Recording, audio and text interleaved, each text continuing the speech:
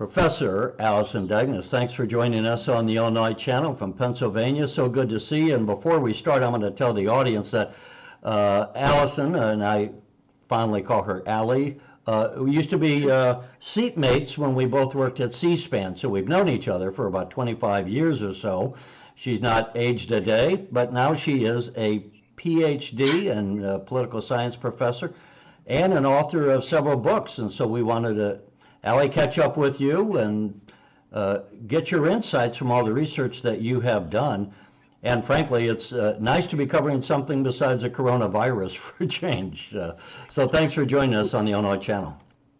Oh my gosh, thank you so much for having me. Terry, it's so good to see you. It really is. I'm going to, when we come up here, we can see you, and I'm going to bring your book cover up, and the title of your book, Great. Super Mad at Everything All the Time. And I think anyone who spent any time on Facebook or just talking politics anywhere, maybe around the dinner table, knows how super mad people can get at each other.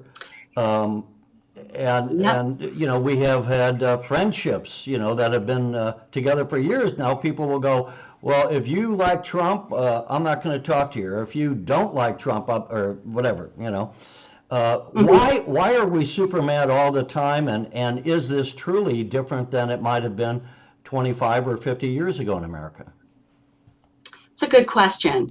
It is very different now than it was 25 years ago. And it's different for a whole bunch of reasons. But because I do a lot of research on the media, this book really focuses on that.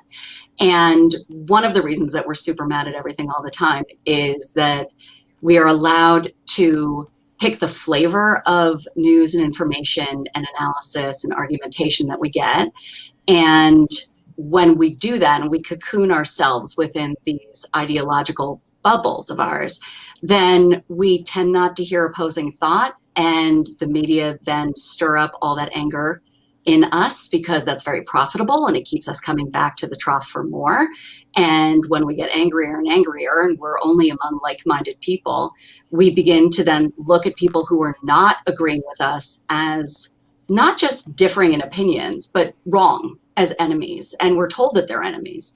And the reason that it's different now than it was even 25 years ago is because the media have changed so much in form and in function and in size. And so in the last 50 years, three things happened at the same time that have created the system that we have, to include all those technological advancements and the huge differences that we have now than we did even just 2 decades ago. The monetization of all of this has gotten really huge. And now we're just far more polarized. And it's a little bit of a chicken and egg question, you know, which came first, the partisan media or the polarization, but they feed off of one another. And we're more polarized now than we have been in, you know, a century and a half, something like that. It's pretty bad.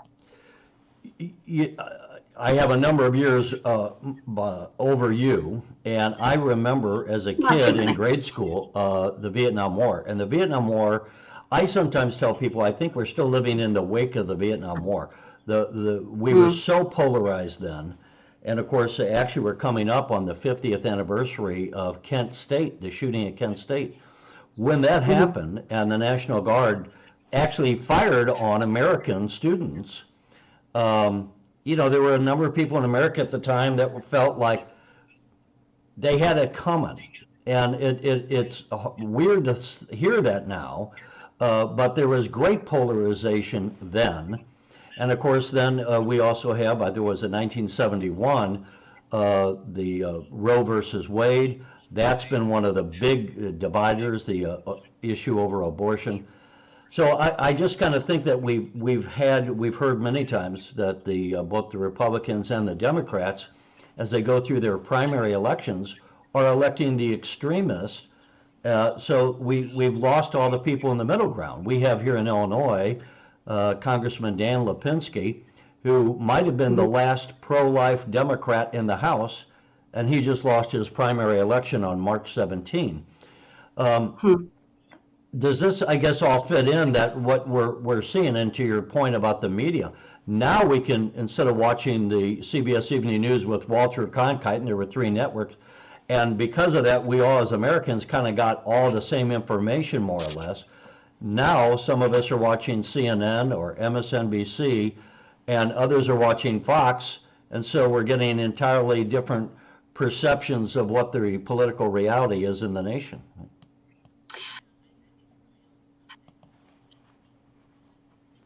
Yeah, I think you're really onto something, because it's not just Fox versus MSN, so many different ways for connected, and we are connected all the time. And so we were polarized in the 1960s. Of course we were in the 1970s. But what's different now is that our political polarization seeps into every single facet of our lives. And so we can't escape it. Politics seeps into the kinds of restaurants that we go to, the brands that we select. It seeps into the shows that we watch, the movies that we go to, where we travel.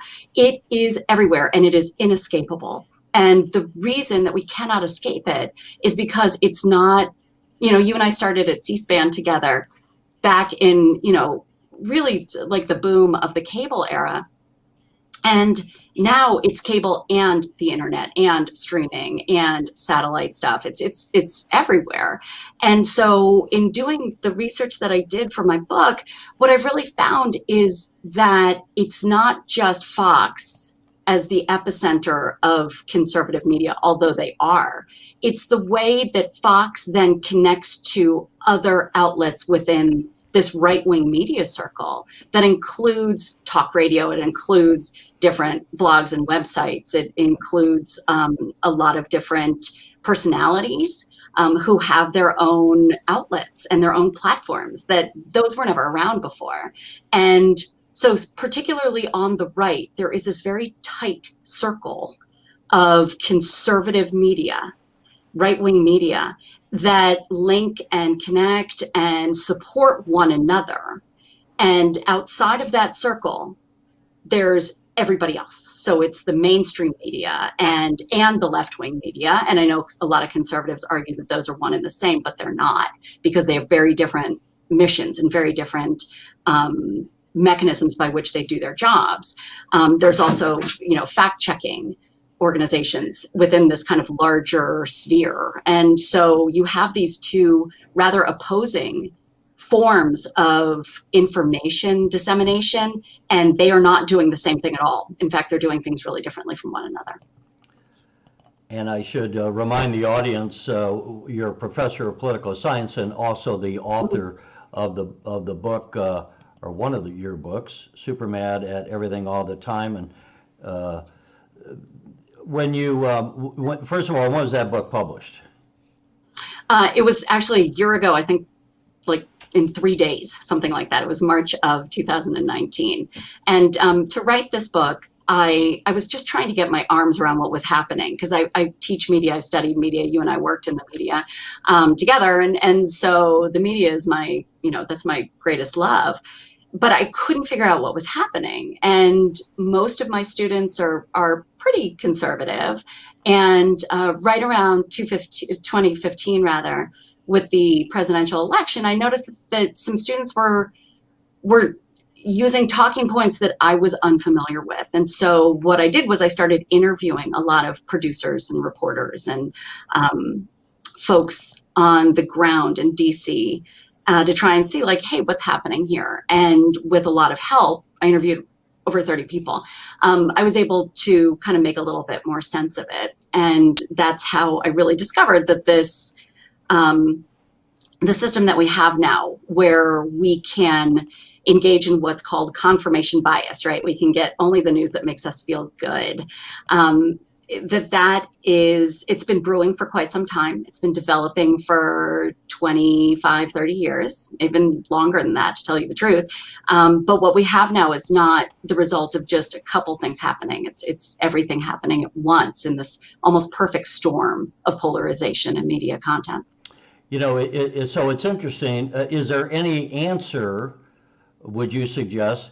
I've thought before in a different context, just to not politics, but when I was very young, about the time I was born, I mean, I Love Lucy was one of the big shows.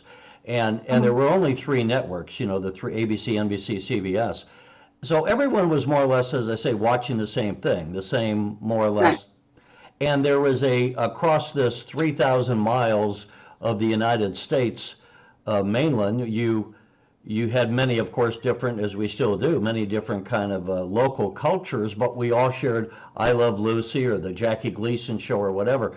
Now in the Mhm. age where we have not only, 300 cable channels, but now I sometimes find myself watching as much video on YouTube as I do on the television. It's unlimited. I Sure. can watch news from France on my telephone. And it Hmm. just seems that to what extent do you think we are losing our collective consciousness as Americans, where we used to think as Americans, well, we all more or less think the same.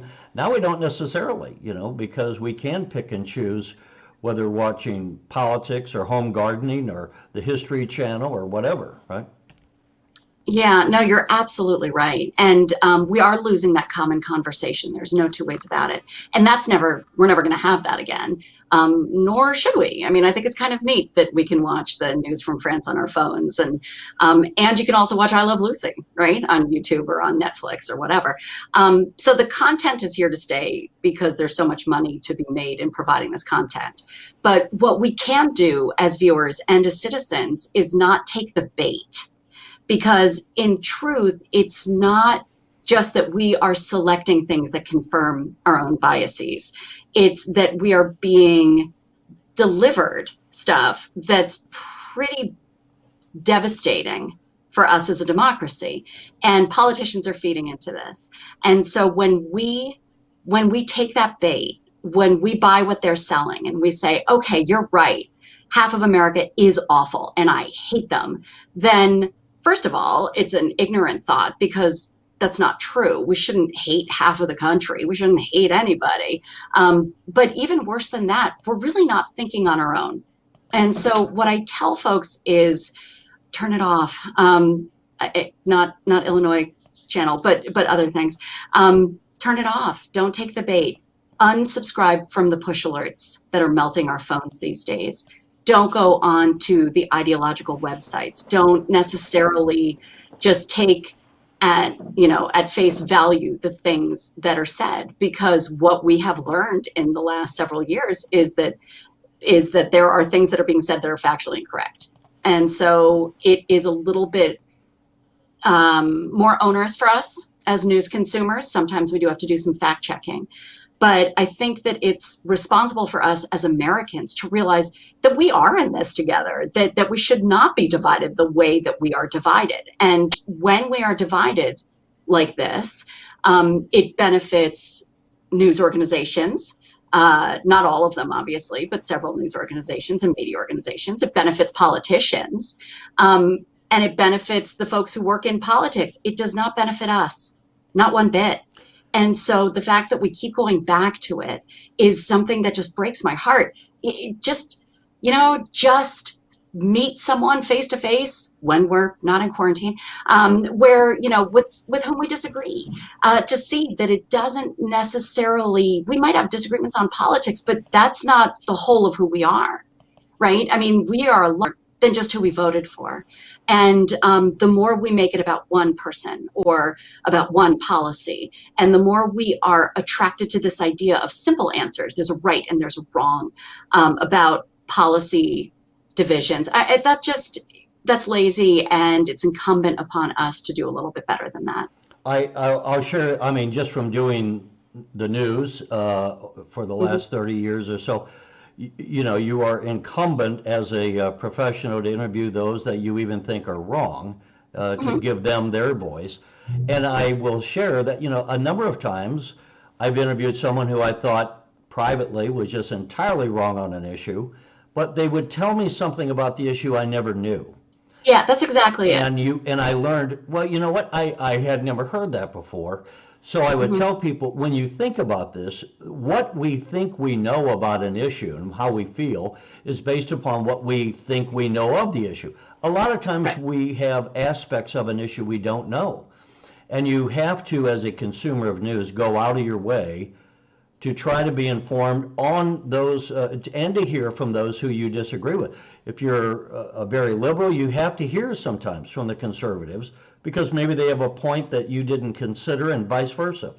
And so it's not to say you can't be a conservative or you can't be a liberal, but there might be aspects to it, number one, you don't know. And secondly, to your point you just made, it's a shame when people who otherwise are friends or should get together, allow one part of our life, maybe our political views, to drive a wedge between all the other things that we might want to share and enjoy. I sometimes think, if we were in a war and in a foxhole, I don't think I'm going to care if the guy next to me shooting at the enemy is a Democrat or a Republican.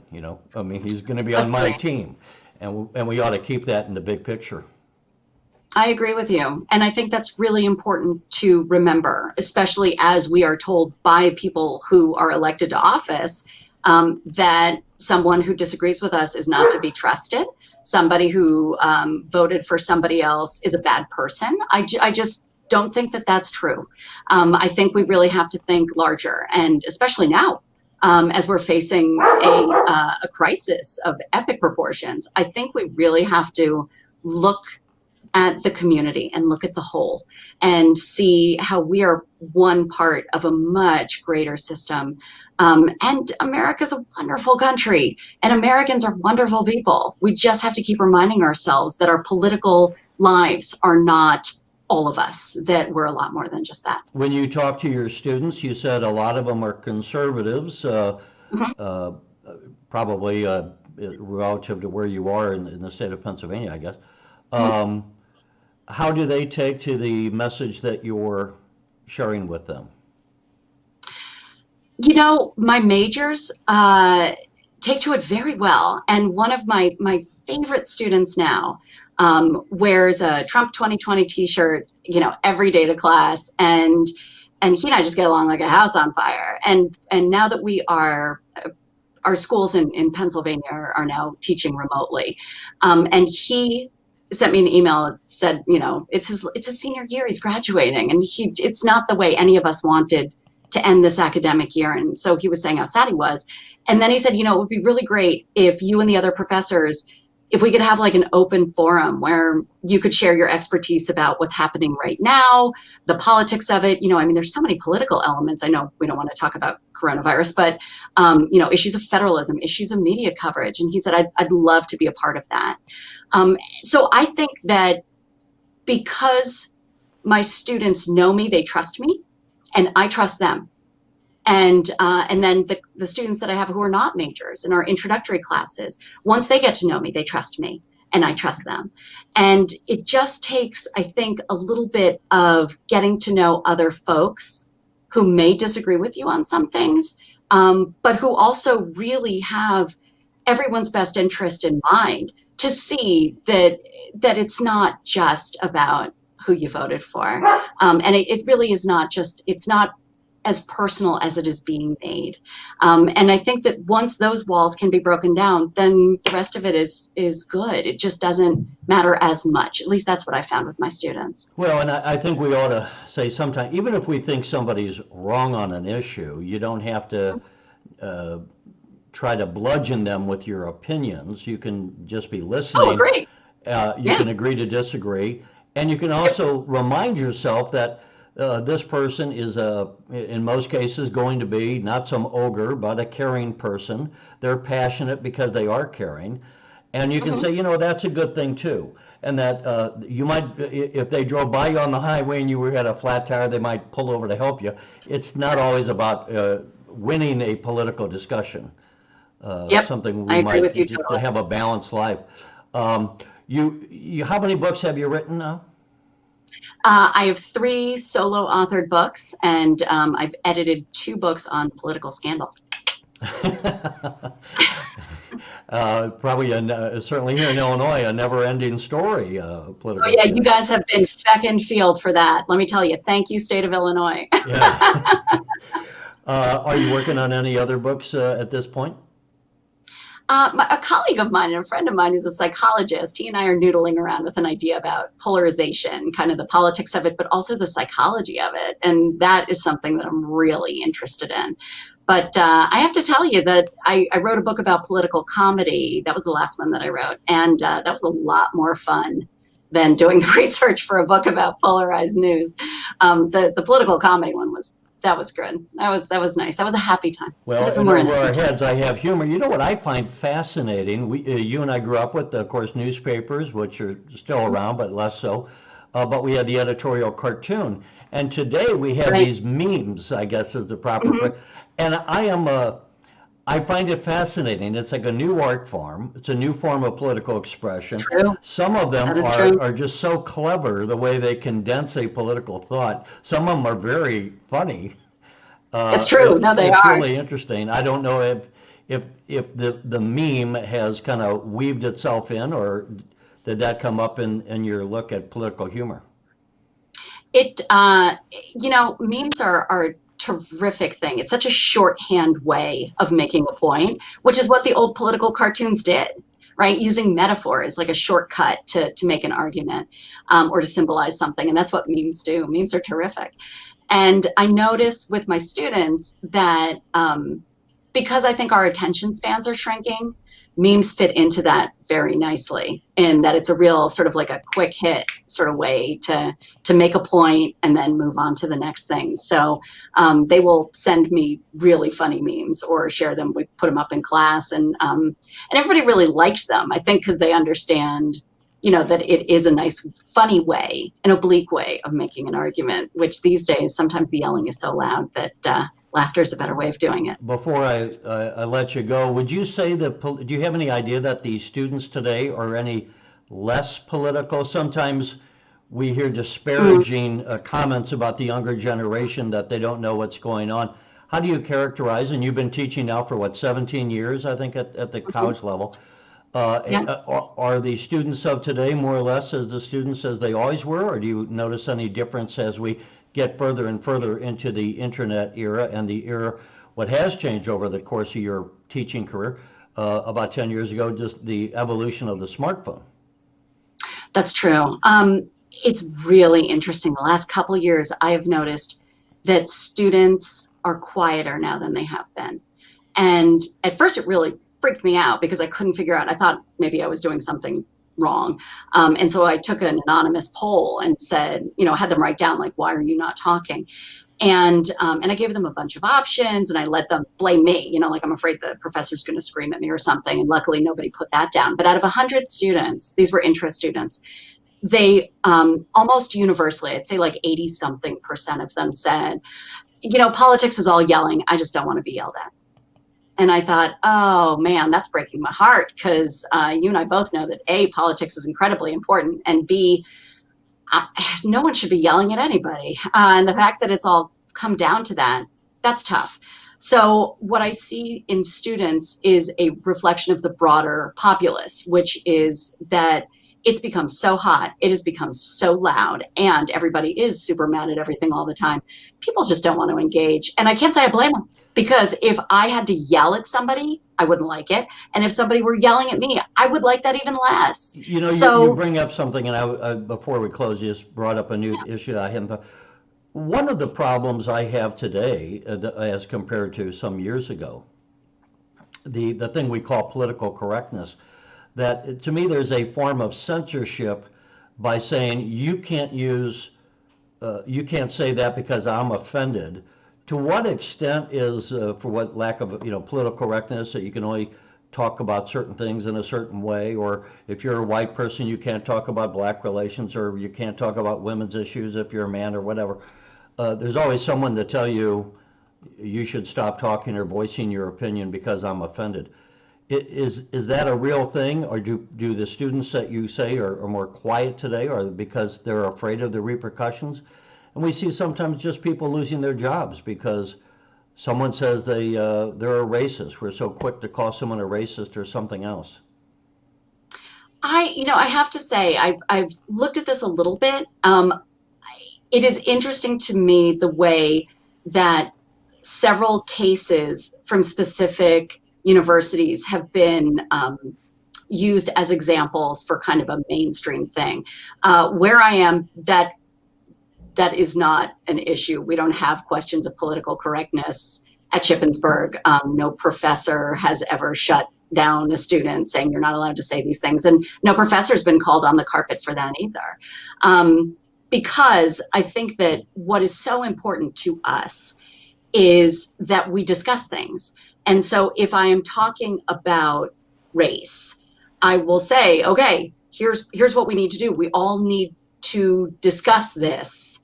And if I say something that is clumsy or offensive, I never want to offend anybody. If I do, the best way to, nobody has to yell or get upset, and the worst, nobody has to just keep it to themselves. The best thing to do is just raise your hand and say, when you said this, I heard you say, and that way it would teach me, oh, okay, you know what, that may not have been the best way to say that.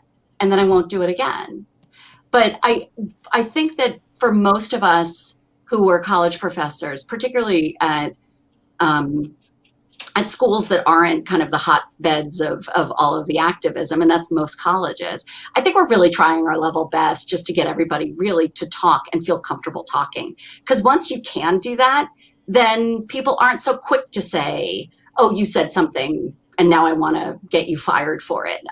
Because people understand that words have a lot of meaning to them. And there are some words that you should absolutely never use. There just are. But I think that in the main, if we have conversations that allow discussion and we listen to other people and we hear, this was offensive to me because, then I think that that's one way to really solve that problem. And then the questions of being shut down for what you say, they tend to fall away pretty quickly. One of your books, the most recent, we have on the screen there, Super Mad at Everything All the Time. If somebody wants to get your book, that book or any of the others, where do they find it? On Amazon or just where? They can find it on Amazon. And I've been told that next week the audio version comes out on Audible. Oh my God. Oh no!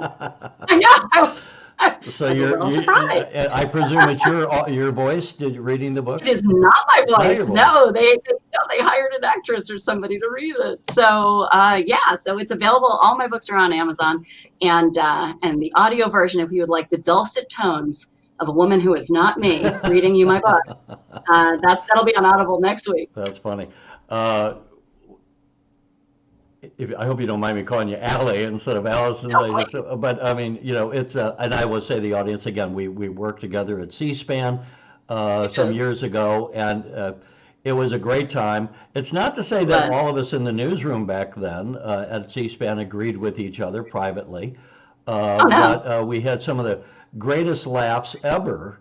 We did. I just cracked up, Really? and I still remember all that day fondly, and everyone fondly. And on one hand, it goes right to the point of what we're talking about. You can have people who you might have some political disagreements on, but you can still be friends, share a laugh, and look at the absurdities of the world, and maybe just don't take yourself so seriously, right? Yes. Yeah. I think that's true too. Well, Allie, it was so good to see you again. I hope we can do it again. The more we talk, the more I started thinking about this subject. And, as an example, maybe we'll leave this for next time, but when you look at YouTube, there's a whole new world, and you look at what we're doing right here. People like Dave Rubin, and what I find is the long conversation, commercial-free conversations out there with people like Dave Rubin, where you can sit down and have a conversation, again, kind of like we're doing here, that goes for half an hour or an hour or even longer, that we really never had before. Everything was caught up into the sound bite. So the media keeps evolving, and we can look to people like you that do some of the research and keep their fingers on the tabs. Thanks again so much for joining us. Thank you for having me. It's so good to see you. Thank you. Thanks for watching, and if you haven't already, please consider subscribing to our channel. And while you're at it, please leave us a comment. Thank you for watching. And we're free.